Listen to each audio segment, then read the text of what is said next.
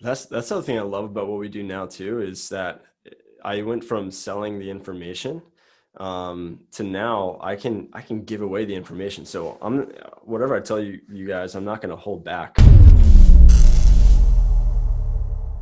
So when you got out of high school, sold Cutco, quit college, it was because you had a vision and you knew that you were meant to do something, you were meant to make a difference. You knew what lit you up. And now it's really cool to see your path.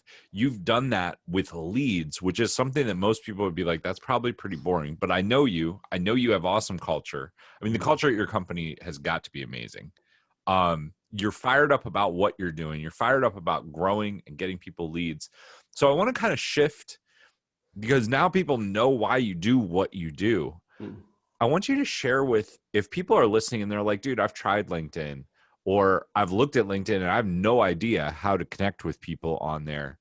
I know that you run a done for you service, but if people wanted to just take some step forward to get some kind of traction, what's something that either they should do with their profile or some way that they should reach out to people? What are a few tips and tricks that you could share with people?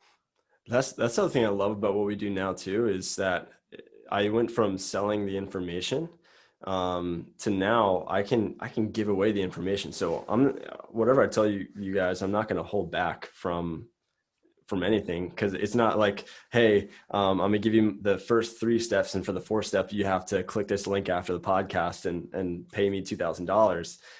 No, it's I'll give you guys whatever you want. So a big thing, and there's probably two different audiences listening right now. There's the audience that still has not like dipped their toe in the water of getting on board with LinkedIn, and they said they would in 2016 and it's still 2020 and they haven't done it yet. And then there's the people that are active on LinkedIn, have heard other LinkedIn experts, and are kind of bored with what the status quo is right now. Because right now the status quo is you create a target list on LinkedIn, and any monkey could do this. So you create a target list on LinkedIn.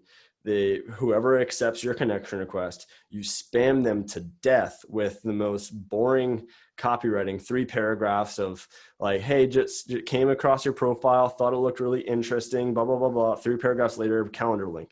And as if the person that they're sending that to is they're the only person that's ever got a message like that before.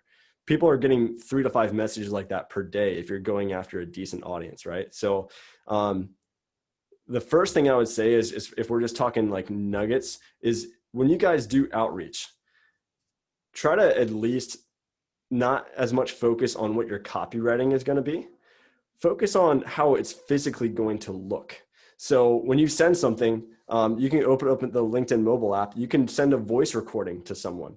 Usually where, if you open up the keypad where the send button would normally be on the right-hand side, there's actually a microphone icon.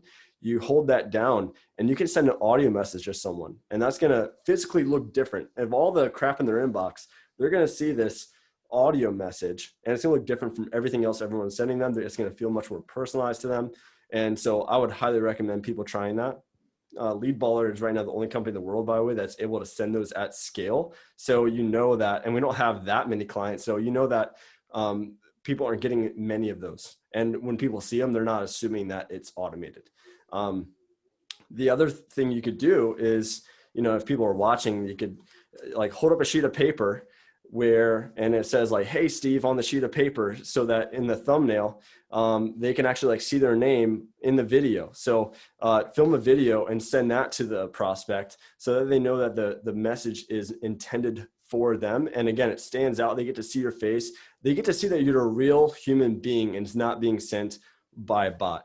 I'm on my, one of my best friends is a chiropractor. I'm on his email list. I get his emails, and even though he's one of my best friends, I never open a single one, and I don't feel bad about it at all. I don't lose any sleep.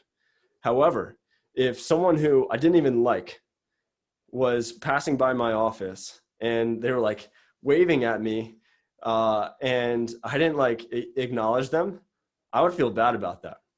And it's because I'm looking at a real live human being and choosing to not engage with them. That's a much harder thing to do, right? So as much as you can in your outreach, humanize your outreach as much as you possibly can. Even make it funny. Like if someone doesn't follow up, if someone doesn't respond to you, follow up with a funny GIF, because you can add GIFs to your LinkedIn messages, and type in like ghosted, and see what shows up for all the GIFs. And you'll find like a funny GIF of like how the prospect has been ghosting you and stuff. So have fun with your outreach.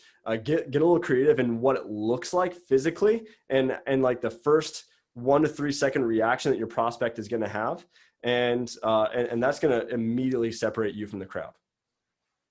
That is awesome. Really, really good advice. So what if they're sending a voice message, or if they're sending a video message, when they're doing this, what is something they can say in their messaging? Because I've definitely gotten those 3-paragraph blah blah blah. What can they say to set themselves apart instead of, the normal blah? What should they be saying in their messaging, whether it's an audio message or a video message? If somebody actually clicks on it, what should they say that makes a difference? Yeah, and this is another thing where I encourage it to be, the shorter it is, the better, in my opinion. That's not just because I'm dyslexic, because even if it's a video, there's less of a commitment. If I see a video or an audio message is 20 seconds versus 59 seconds or something like that, there's less of a commitment there for me to engage with it, and I'm more likely to engage with it, right? Same thing with reading the paragraphs. I judge it immediately based off of the length. So remember to keep it simple. Remember to keep the tone of it as if you're not desperate.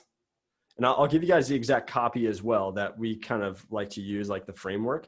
But I wanted you guys to understand the methodology behind it and the principles behind it. So make sure you don't sound desperate, like as if they said yes or no, you don't really care. Like you have plenty of other options besides them.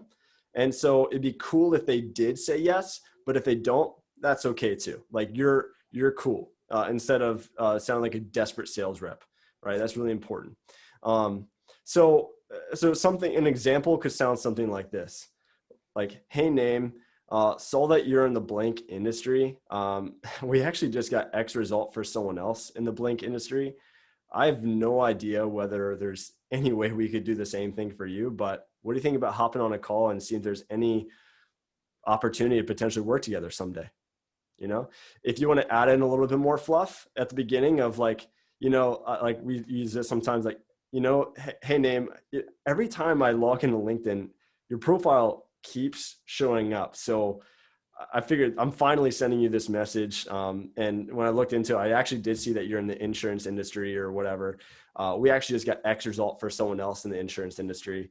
Or if you don't want to use specific case studies like that, you can name drop a little bit. Name dropping helps a lot, just so that people take you more seriously. But keep it a simple framework. Hey, if you want to, normalize the message, by saying that every time you log into LinkedIn, you see their profile kind of thing. And then say, I love using actually, we actually just got X result for someone else in the X industry. I have no idea whether we could do the same for you, but what do you think about hopping on a call and seeing if there's any opportunity for us to ever work together in some way? And always end with a question mark. That's really important. I think some people are really tempted and they say, let me know. If you're interested, let me know. But then there's less of an obligation for that person to respond to you. They're obviously ignoring you if you ask a question and they don't respond. But if you give them the way out of when you say, let me know, it's like, well, I don't have to respond because maybe I'm not interested. But like just getting that conversation back and forth is really important. Either way, if they become a no at some point, make sure that they understand that you're okay with that, and offer them some kind of value, whether it's a lead magnet of yours that they're going to view as something that's super valuable, or if it's a case study to like just really get them to explore you guys further. And anything you can do to get them on your list, and get them to continue to see your stuff showing up is a really good idea, even if someone says no. So like, even if someone says no to me, I usually say, hey, no worries. I'm cool with just being connected for now. By the way, how's everything going in 2020 for you guys? And then they'll say something really short or something really long. Doesn't really matter. I'll say, yeah, I definitely feel like It's been a crazy year, but when it's all said and done, you know, we'll all be better off because of it. By the way, I actually have a free Facebook group for people who want to learn how to generate a bunch of leads on LinkedIn. We just helped someone, you know, make a $10,000 sale yesterday. Do you think anyone on your team would be interested in joining that? And then sometimes they say yes, sometimes they say no, but at least I'm getting some people to say yes versus just giving up as soon as they say no, you know? That's awesome. I mean, you just shared like 5 key things that people should do. Yeah. It's a good thing that this is a podcast and on video. They can go back and check that out.